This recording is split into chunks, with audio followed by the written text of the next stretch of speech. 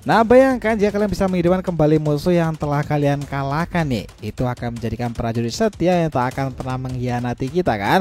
Itulah yang akan mengesankan dan yang terjadi pada Sung Jinwoo, seorang pemburu terlemah yang tiba-tiba memperoleh kekuatan tak tertandingi menciptakan pasukan bayangannya kan, Shadow Monarch. Dari makhluk buas hingga naga legendaris, ia mengumpulkan pasukan yang mampu mengguncang Asia tersebut. Para hunter sendiri harusnya sungkem tuh sekarang padanya kan. Di antara mereka ada Igris, kesatria elegan dengan teknik pedang mematikan, Beru, semut raja yang dulu membantai manusia dan kini menjadi pelindung tuannya, Kamis, naga penghancur yang kembali dari kematian itu, dan Belion, jenderal bayangan yang bahkan Jinwoo sendiri harus mewaspadai kekuatannya loh. Pasukan ini bukannya sekedar koleksi monster nakama, setiap bayangan memiliki kisahnya sendiri, kesetiaan hingga pengkhianatan nih, kehancuran hingga kebangkitannya kan. Ini bukannya tentang kekuatan tapi tentang gimana Jinwoo, seorang pria yang dulu tak bisa dianggap apa-apa, kini bisa berdiri sebagai raja bayangan tersebut.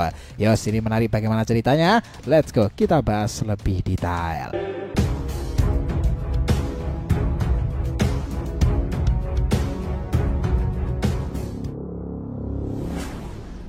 Oh ya, kita mau ingetin juga ya, sekarang itu YouTube udah ada fitur produk-produk unik lainnya loh sob. Kita akan senantiasa ngecantumkan produk-produk diskon super menarik nih, harga ekonomis yang bisa kalian beli teman-teman. Mau tumbler anime, lukisan, kaos, apparel, produk-produk unik lainnya, tema Jepang atau yang viral di marketplace, semuanya sekarang ada di YouTube. Bahkan semua cerita dan produk solo leveling ada sob. Jadi setiap video panjang, short maupun live, kita akan berikan rekomendasi produknya ya, biar kita tambah semangat bikin kontennya tuh. Jadi jangan lupa dicek dan dicek out nih jika kalian merasa tertarik. Kita langsung masuk ke ceritanya. Jadi gini, bayangin kata itu mungkin terdengar sederhana, tapi bagi Sung Jinwoo, bayangan adalah senjatanya, pasukannya bahkan keluarganya sendiri. Seorang pemburu lemah yang diremehkan awalnya kan, ia mendadak berubah menjadi Monarch of Shadow, Shadow Monarch, pengguna bayangan luar biasa, raja dengan kekuatan tak tertandingi nih. Siapa yang ada di balik pasukan bayangannya tersebut? Nah, kita harus masuk ke awal mula bagaimana kekuatannya itu.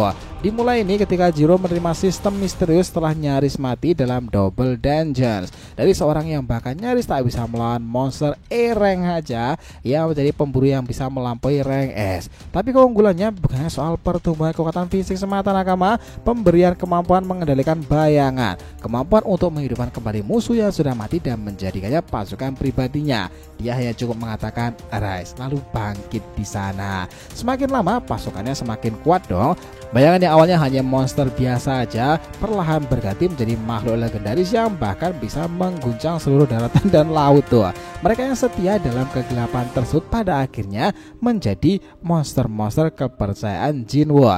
Di sini kita ingat pula ya, dalam medan perang itu kita melihat bahwa ada orang-orang yang setia pula dalam perjalanan Jinwoo itu sendiri. Sang penyembuh yang juga tak tergantikan salah satu rekannya itu di medan perang memiliki pasukan kuat itu sendiri dan juga teramat penting. Tapi yang lebih penting lagi adalah teknik penyembuhannya. Minbu Yanggu sendiri dulunya seorang penyembuh rank S yang gugur dalam misi di Pulau Jeju kan. Namun Jinwoo menghidupkan kembali sebagai bayangan. Meskipun tidak memiliki kekuatan bertarung ya, perannya sangat vital. Ia bisa menyembuhkan pasukan bayangan yang terluka di sana, memastikan Jinwoo tetap bertahan di tengah serangan musuh. Nah, itu sang penyembuh memang, atau healer lah ya kita sebutnya, akan sangatlah penting untuk timnya Jinwoo. Yang berikutnya adalah Ratu Semut, itu kekuatan yang tak diperlukan lagi dan juga tak diragukan.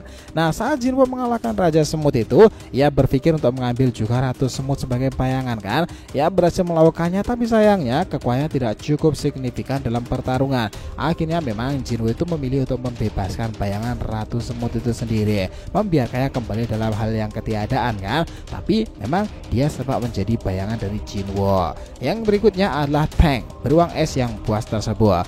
Mungkin tidak banyak yang mengingat Tank nakama, tapi bagi Jinwoo sendiri ia adalah salah satu bayangan pertama yang cukup kuat nih. Beruang es raksasa ini berasal dari insiden Gerbang Merah, di mana Jinwoo sendiri pertama kali diuji dengan pertarungan besar. Tubuhnya yang besar dan kekuatan fisik luar biasa itu, Tank menjadi salah satu bayangan tingkat kesatria yang tangguh loh. Selain itu ada Tas, sang penyihir Orchid sendiri.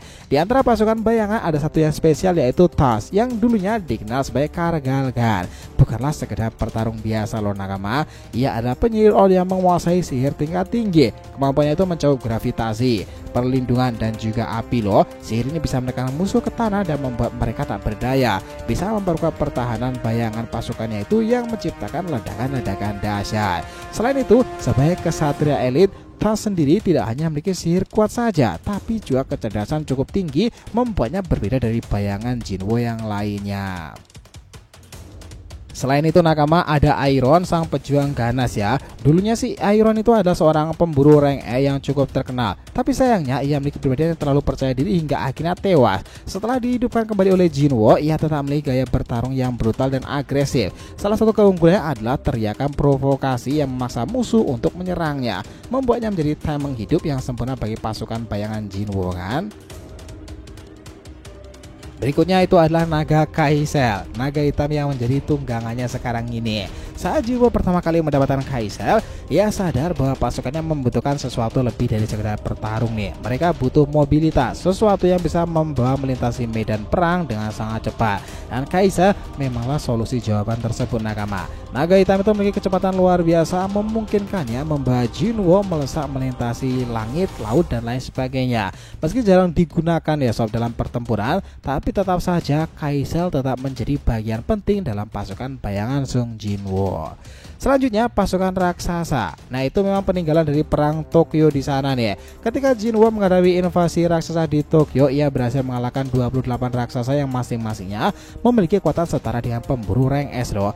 Nah bayangkan dengan kemampuannya seperti itu, ia menjadikan mereka bagian dari pasukannya sendiri. Bayangkan aja itu memiliki 28 monster raksasa yang bisa menghancurkan kota dalam hitungan detik di bawah kendali. Bukankah itu luar biasa overpowernya? Bukan hanya kekuatan, itu adalah sebuah teror luar biasa nakama. Mereka yang berada di puncak pasukan bayangan memang akan lebih mengesankan dari yang kita sebut-sebutkan di awal. Di antara semua bayangan, ada beberapa yang bisa dikatakan paling kuat nakama. Mereka bukan sekedar bawahan, tapi juga lebih seperti jenderal dalam pasukan Sung Jinwo loh. Kamis, naga legendaris yang dibangkitkan. Dulu Kamis adalah bencana besar bagi umat manusia. Naga merah ini membantai ribuan pemburu hingga akhirnya dikalahkan dengan susah payah. Setelah Jinwo mendapatkan kekuatan penuh sebagai seorang monarch, ia berhasil menghidupkan kembali naga Kamis. Kekuatan destruktifnya itu luar biasa. Kamis mampu menghembuskan api yang bisa membakar apapun, serta memiliki aura yang membuat musuh itu ketakutan. Itu memang sebuah teror luar biasa sih. Berikutnya adalah naga raksasa yang bisa membesar Jima itu. Jima sendiri memiliki kemampuan unik, ia bisa meningkatkan ukuran menggunakan mana sendiri. Dari ukuran yang sudah besar itu, ia bisa tumbuh lebih besar lagi, membuatnya menjadi salah satu makhluk paling mengerikan dalam pasukan bayangan Jinwo kan. Selanjutnya Grid, kesetiaan yang lahir dari pengkhianatan itu nih. Grid dulunya adalah Hwa Dong-soo, seorang pemburu Amerika Korea yang kejam dan sering mengkhianati rekan-rekannya. Namun setelah diubah menjadi bayangan, ia justru menjadi sangat loyal kepada Jinwo itu sendiri kan. Ya cukup ironis sih memang. Berikutnya ini yang sangatlah luar biasa fenomena populernya, Igris nakama, sang kesatria legendaris. Dari semua bayangan Jinwo, Igris adalah salah satu yang paling populer dan ikonik. Serius dah. Sebelum menjadi bayangan, ia adalah kesatria Iceborne, salah satu entitas terkuat dalam dunia solo leveling kan. Kemampuannya itu meliputi teknik pedang yang sangat cepat, presisi luar biasa tuh, telekinesis, mengendalikan senjata dari jauh, dan daya tahan luar biasa yang membuatnya jujur aja ya sulit sekali dikalahkan loh. Igris bukan sekedar bayangan, ia adalah seorang legenda. Nah dalam kisah ini di solo leveling dia sangat dekat sekali dengan Sung Jinwo. Selanjutnya Beru, raja semut yang tak terkalahkan kan legendanya. Sebelum jadi bayangan dari Sung Jinwo, Beru adalah ancaman terbesar bagi umat manusia. Ia membantai pemburu di pulau Jeju tanpa ampun. Setelah didorong kembali oleh Jinwo, ia menjadi salah satu bayangan paling kuat dalam pasukannya. Kekuatan utamanya itu memang kecepatan super ya, itu membuat bisa menyerang sebelum musuh sempat bereaksi. Racun mematikan yang bahkan melumpuhkan lawan dalam sekejap, dan kemampuan itu regenerasinya luar biasa parah. Dia bisa memungkinkan pulih dari luka parah dalam waktu sangat singkat. Beru bukan sekedar petarung, ia adalah monster yang bahkan lebih mengerikan dari saat ia masih hidup. Dan ini adalah yang luar biasa, Belion, sang panglima pasukan bayangan Sung Jinwo. Memang ya nakama, di atas segalanya itu Belion memanglah paling mengesankan. Ia bayangan terkuat tapi juga tangan kanan Iceborne sejak lama. Dengan pedang yang berbentuk kontiped dan kekuatan yang melebihi semua bayangan lainnya itu, Belion berdiri sebagai pemimpin sejati pasukan bayangan Jinwo tuh. Jadi karena adanya dia, kekuatan Shadow Monarch milik Jinwo itu pada akhirnya lebih mengesankan lagi kan. Kalian harusnya sepakat sih jika Belial itu sangatlah luar biasa mengesankan. Kalau mau disimpulkan lagi bahwa perjalanan Sung Jinwo bukan sekedar tentang menjadi kuat nih, tetapi bagaimana dia mengendalikan kekuatan sendiri. Seorang pemburu lemah yang nyaris mati di setiap pertempuran, ia bangkit menjadi raja bayangan kan. Pemimpin pasukan tak terkalahkan yang bahkan para dewa pun akhirnya segan. Namun di balik setiap kemenangan itu memang harus ada harga yang dibayar ya. Ia banyak kehilangan hal waktu, hubungan, bahkan dirinya sendiri pada satu titik masa. Di akhir segalanya itu ia memilih bukan hanya untuk menjadi penguasa yang ditakuti, tapi juga pelindung dunia yang dia cintai nih.